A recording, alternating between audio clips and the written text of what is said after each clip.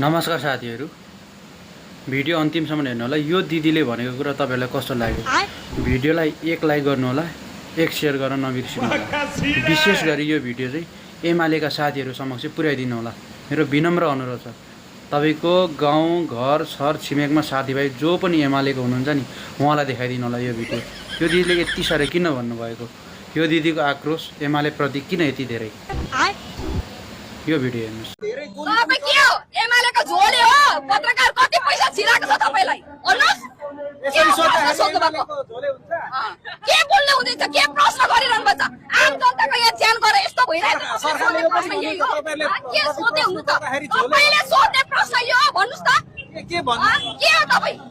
पैसामा बिक्ने पत्रकार हो? मलाई त हेर्दा त्यस्तै लाग्यो नि। तपाईँ पैसामा बिक्नु हुँदैछ, पैसाको लागि भनिदिनु पर्ने चाहिँ के त? अब तपाईको पक्षमा मेरो पक्षमा होइन, आम नागरिकको पक्षमा, यो जनताको पक्षमा। जनता रौन बन्द गर्नुहोस्। जबसम्म यो देशमा भ्रष्टाचार अन्याय अत्याचार गरिरहन्छ, हामी तबसम्म नि गोली खान तयार छौँ। हामीले होइन, हामीले यो देशमा द्वन्द्व फैलाएको होइन, उहाँले फैलाइरहनु भएको छ।